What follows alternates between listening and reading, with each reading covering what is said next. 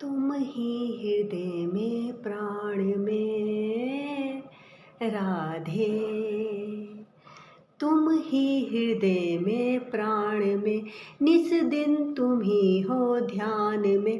तुम ही हृदय में प्राण में, निस दिन तुम ही हो ध्यान में। तुमसे परे सोचूं मैं क्या, तुमसे परे सोचूं मैं क्या, मेरी कल्पना की उड़ान में। तुम प्रेम हो, तुम प्रीत हो, मनमीत हो राधे, मेरी मनमीत हो। तुम प्रेम हो, तुम प्रीत हो, मनमीत हो राधे, मेरी मनमीत हो। परमात्मा का स्पर्श हो राधे, परमात्मा का स्पर्श हो, पुलकित हृदय का हर्ष हो। परमात्मा का स्पर्श हो, पुलकित हृदय का हर्ष हो। तुम हो समर्पण का शिखर, तुम हो समर्पण का शिखर, तुम ही मेरा उत्कर्ष हो। तुम प्रेम हो, तुम प्रीत हो, मनमीत हो राधे, मेरी मनमीत हो। तुम प्रेम हो, तुम प्रीत हो, मनमीत हो राधे, मेरी मनमीत हो। वर्णन तुम्हारा क्या करूं, वर्णन तुम्हारा क्या करूं, अनुपम अथाह अनंत हो। तुम प्रेम हो, तुम प्रीत हो, मनमीत हो राधे, मेरी मनमीत हो। तुम प्रेम हो, तुम प्रीत हो, पावन प्रणय की रीत हो। तुम प्रेम हो, तुम प्रीत हो, मनमीत हो राधे, मेरी मनमीत हो। तुम प्रेम हो, तुम प्रीत हो, पावन प्रणय की रीत हो।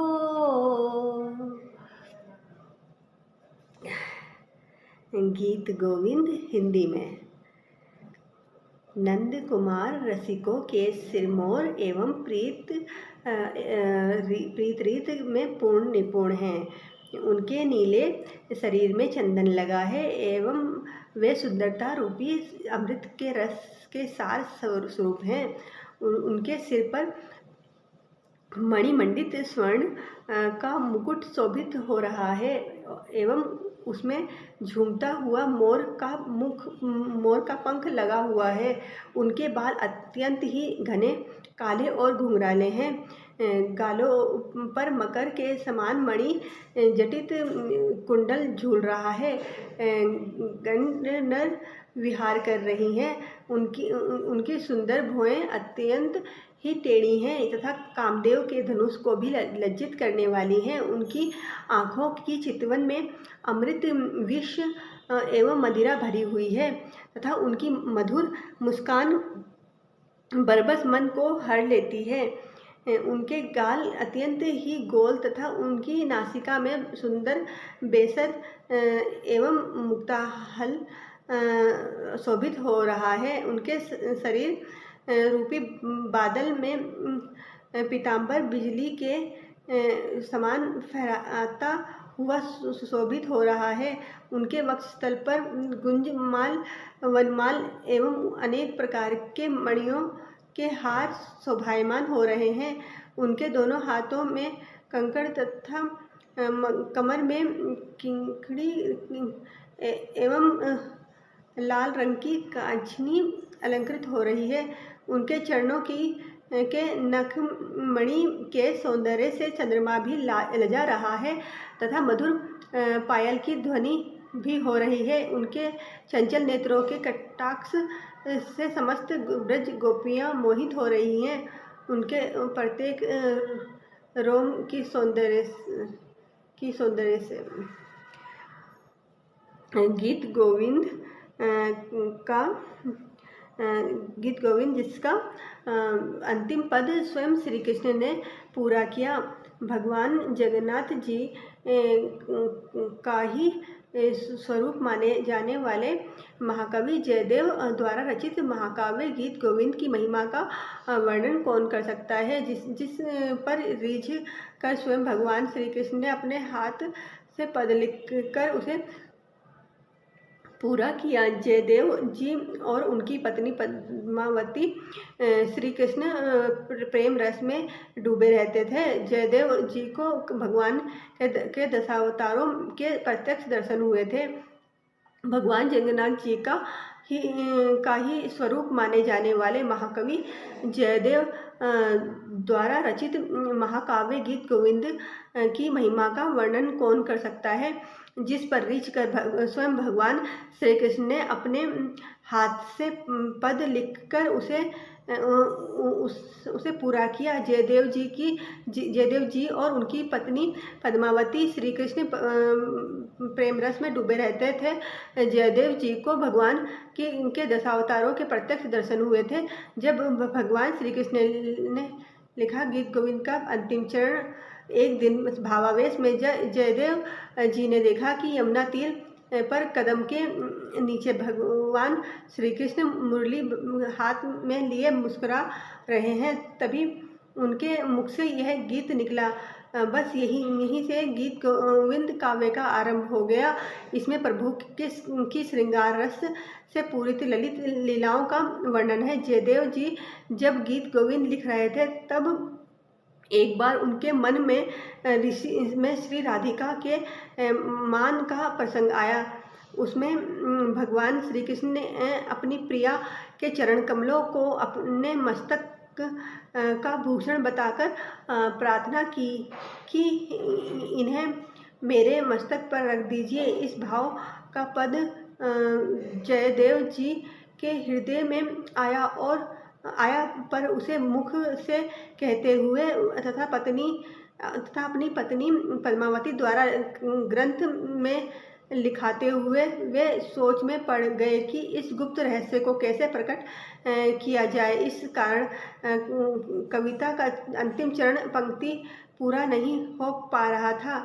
जयदेव जी की पत्नी पद्मावती ने कहा, अब स्नान का समय हो गया है, लिखना बंद करके आप स्नान कर आए।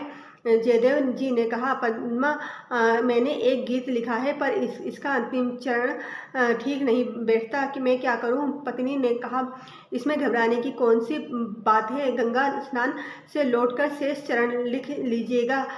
पत्नी के स्नान के लिए जाने पर जोर देने पर वे गंगा स्नान को चले गए। कुछ ही मिनटों बाद जयदेव का वेश धारण कर स्वयं भगवान श्री कृष्ण आए और बोले, पद्मा, जरा गीत गोविंद देना।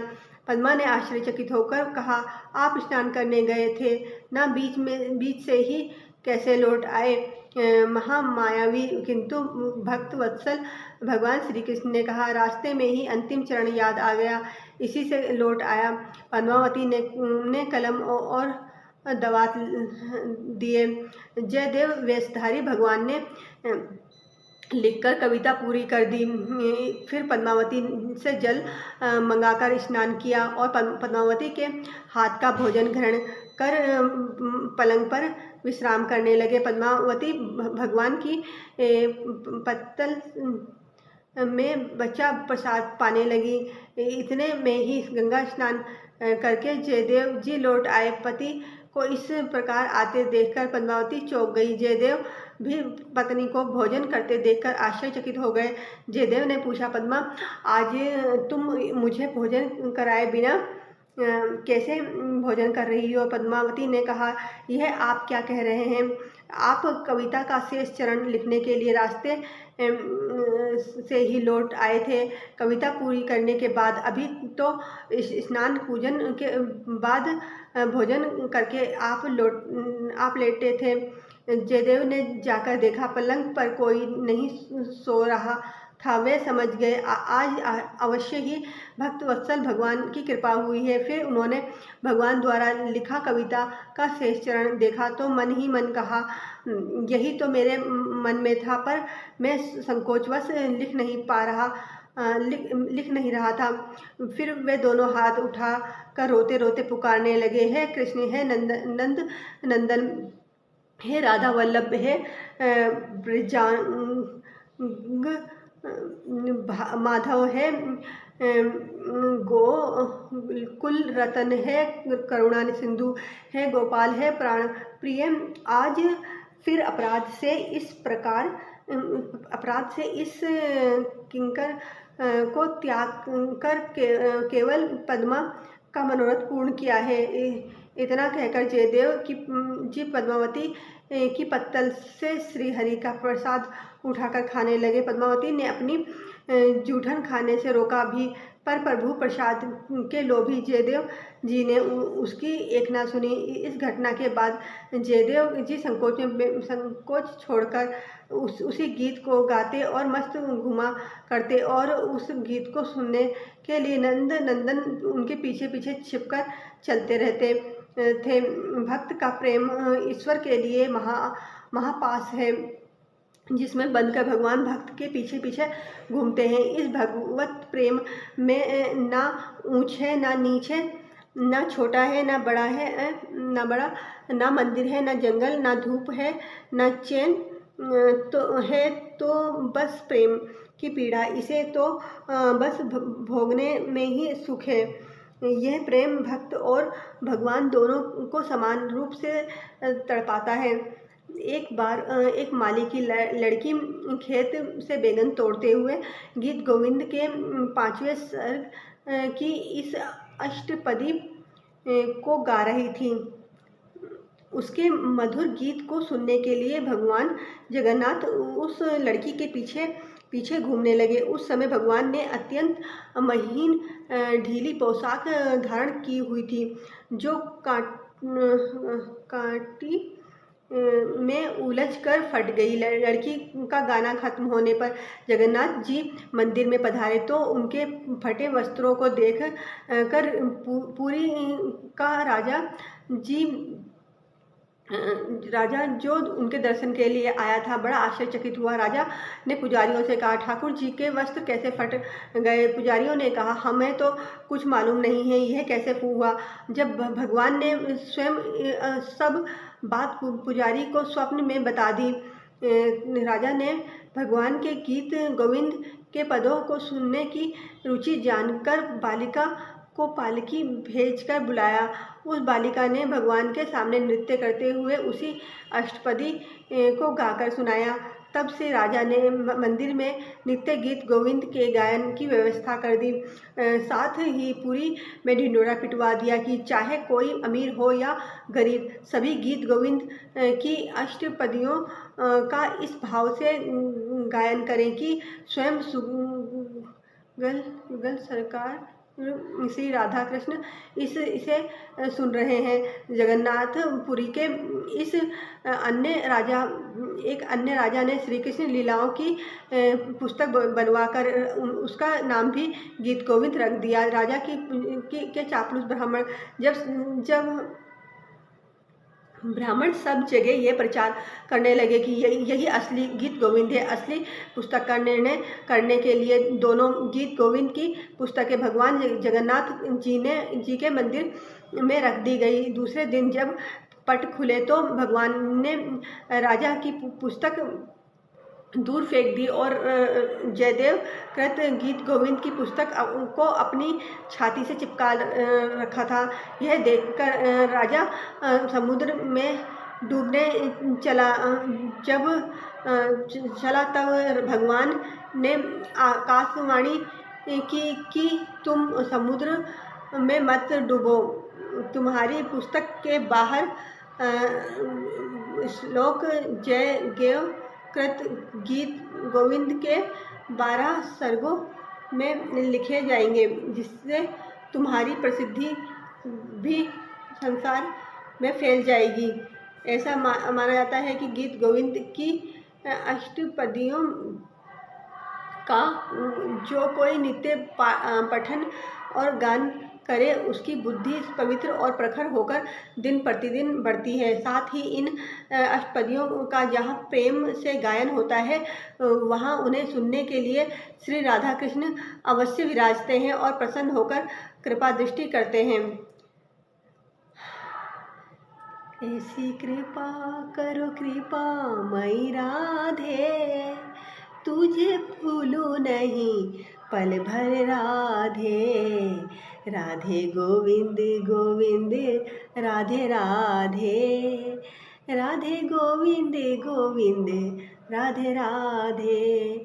तू तो मेरी है राधे, कहाँ भागी जाए कृपा कर राधे। राधे गोविंद गोविंद राधे राधे, राधे गोविंद गोविंद राधे राधे। राधे गोविंद गोविंद राधे राधे, राधे गोविंद गोविंद राधे राधे। अपनी वाणी में अमृत घोल, अपनी वाणी में अमृत घोल और रसना राधे राधे बोल, रसना राधे राधे बोल। ये बोल बड़े अनमोल, ये बोल बड़े अनमोल और रसना राधे राधे बोल, रसना राधे राधे बोल। अपनी वाणी में अमृत घोल, अपनी वाणी में अमृत घोल और रसना राधे राधे बोल, रसना राधे राधे बोल। हमारो धन राधा श्री राधा श्री राधा, हमारो धन राधा श्री राधा श्री राधा। परम धन राधा राधा राधा राधा राधा, परम धन राधा राधा राधा राधा राधा। हमारो धन राधा श्री राधा श्री राधा, हमारो धन राधा श्री राधा श्री राधा। परम धन राधा राधा राधा राधा राधा, जीवन धन राधा राधा राधा राधा राधा। मेरे प्राण राधा राधा राधा राधा राधा, जीवन धन राधा श्री राधा श्री राधा। परम धन राधा श्री राधा श्री राधा, हमारो धन राधा श्री राधा श्री राधा, हमारो धन राधा श्री राधा श्री राधा।